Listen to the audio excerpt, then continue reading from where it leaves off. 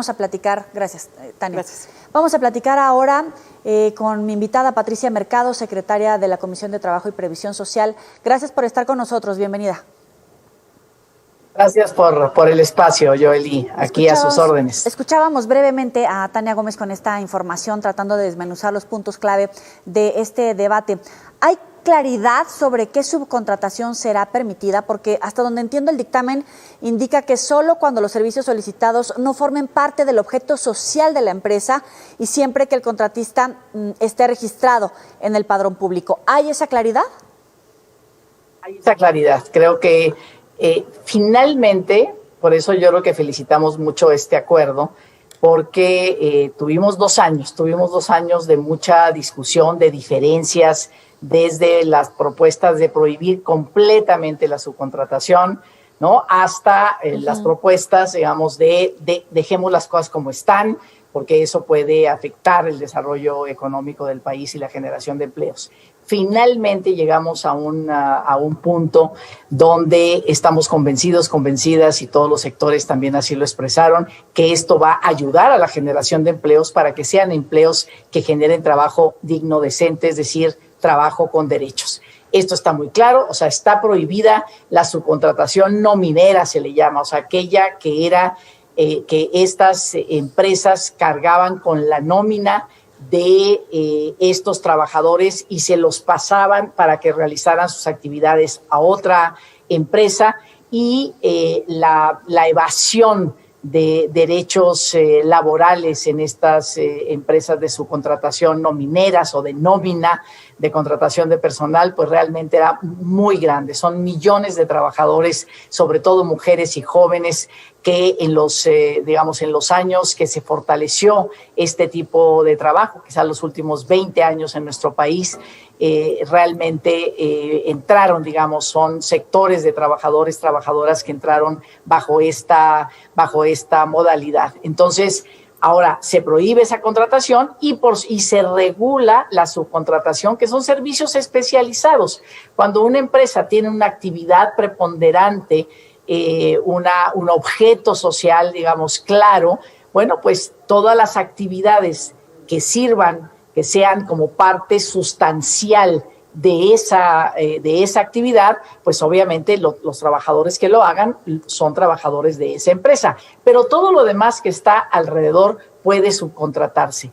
En 30 días, la Secretaría del Trabajo va a tener las reglas de cómo estas empresas tienen que registrarse en la Secretaría del Trabajo. Y entonces, bueno, pues si cuando una empresa requiere un servicio de subcontratación o de una acción para un trabajo determinado, para una obra determinada, pues bueno, pues le contratará a una empresa, le pedirá a esa empresa si tiene sus registros, sus papeles en regla, y entonces esto significa, ¿qué significa tener los papeles en regla? Que esa empresa que yo voy a subcontratar para que me dé un servicio que en este momento necesito, pero que no es, digamos, que no es preponderante, que no tiene que ver con mi objeto social, pues si esa empresa está registrada en la Secretaría del Trabajo, quiere decir que está pagando sus impuestos, quiere decir que tiene regulares a sus trabajadores, porque si no tiene regularizados sus trabajadores y yo hago un contrato con esa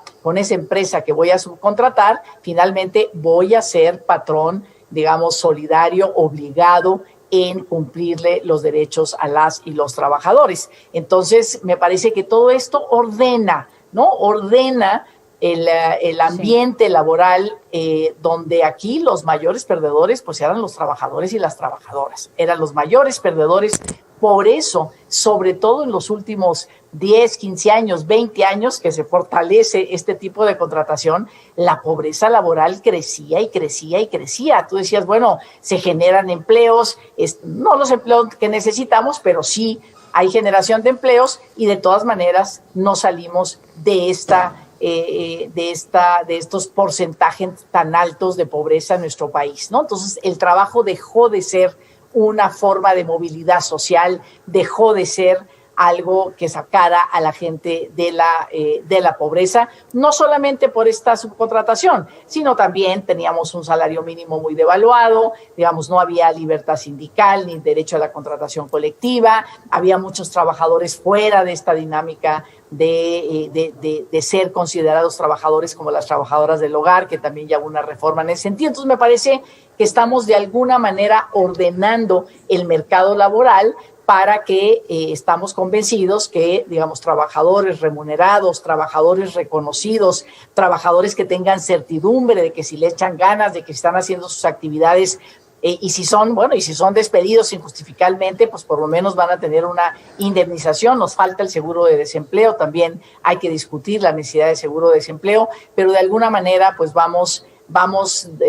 digamos, armando un entramado legislativo a favor de respetar los derechos laborales, los que ya tenemos en la Ley Federal del Trabajo, ni más ni menos, simplemente esos derechos laborales que ya se han ganado en nuestro país, pues que lo tengan todos los trabajadores y reducir esa informalidad, que la informalidad significa eso, ¿no? El 60% de trabajadores de nuestro país son trabajadores informales. ¿Por qué? Porque son trabajadores sin derechos. Eso es por parte de los trabajadores, pero también se espera que estos cambios aumenten los costos laborales en México, donde muchas empresas están buscando la manera de limitar las tasas de participación en las ganancias. Respecto a este punto, ¿a qué acuerdos puntuales se llegaron? Porque también había muchos comentarios a favor y en contra. Yo creo que las empresas también ganaron algo. Digamos, yo creo que van a ganar en productividad. Como decía, trabajadores más capacitados, más formados, más integrados, mejor remunerados, son trabajadores más productivos para las empresas. Hacemos un círculo virtuoso de calidad, digamos, en el ámbito laboral. Ahora, ¿qué pusieron en la mesa los empresarios? El tema del reparto de utilidades. En nuestro país, el 10% de las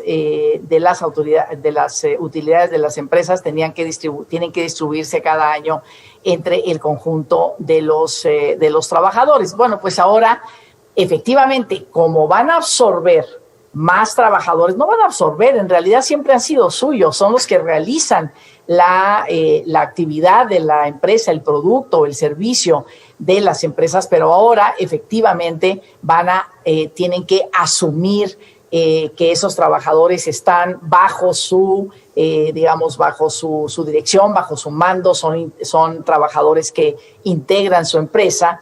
Entonces, pues bueno, van a cargar con los costos de la seguridad social, como se decía, o sea que esperemos, esto no va a ser posible si los empresarios y los sindicatos, las y los trabajadores, el gobierno, todos trabajamos juntos para que esto no sea una simulación de nuevo, para que no encontremos la manera de evadir la ley, sino que realmente todos cumplamos este acuerdo. Entonces, una de las cuestiones es que ya no será ese 10%, sino 3 meses de salario. El tope del pago de utilidades será 3 meses de salario, proporcional a lo que hayas, por supuesto, trabajado. Y en ese sentido, pues también se termina esa simulación de empresas al interior de las empresas para distribuirse las utilidades y finalmente pues que cada una tuviera utilidades muy, muy menores y el reparto de utilidades en realidad pues fuera, independientemente de las utilidades de la empresa, pues los trabajadores no vieran dinero. Esto es una conquista del movimiento de trabajadores en México, no en cualquier país. Es una conquista muy querida, porque finalmente pues el trabajador que tiene certidumbre laboral pues sabe, ¿no?, que cada año le va a caer ese dinerito que lo puede usar pues para muchas cuestiones como si fuera un ahorro. Finalmente, ¿se podrá combatir estos vacíos fiscales y también pues toda esta implementación de sanciones penales para las estructuras corporativas que traten de evadir impuestos?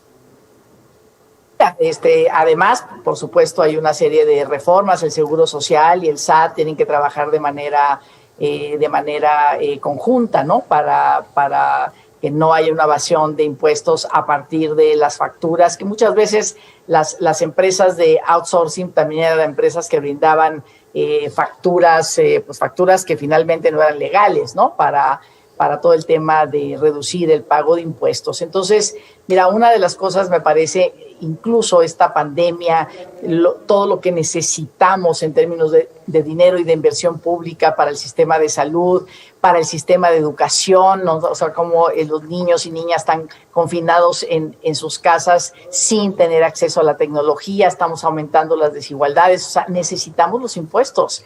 El Estado solamente y las instituciones solamente, digamos, una de sus entradas más fuertes para el presupuesto público, pues son los impuestos. Entonces sí, de alguna manera tenemos que hacer un nuevo arreglo societario, un nuevo arreglo entre todos en nuestro país para poder reducir las desigualdades y para poder salir, digamos, de esta pandemia y recuperarnos donde pues no unos queden totalmente fuera y atrás y otros solamente sean los que tengan todas las ventajas. Entonces esperemos que esto sucede y que nos cambiemos de lugar y de idea de cómo construir una sociedad más igual. Patricia Mercado, como siempre, te agradecemos esos minutos para Mega Noticias. Muchas gracias a ti y a ustedes. Hasta luego. Ya sabe que puede recuperar esta y otras entrevistas en nuestros próximos espacios informativos y en las redes sociales. Vamos a una pausa. Volvemos.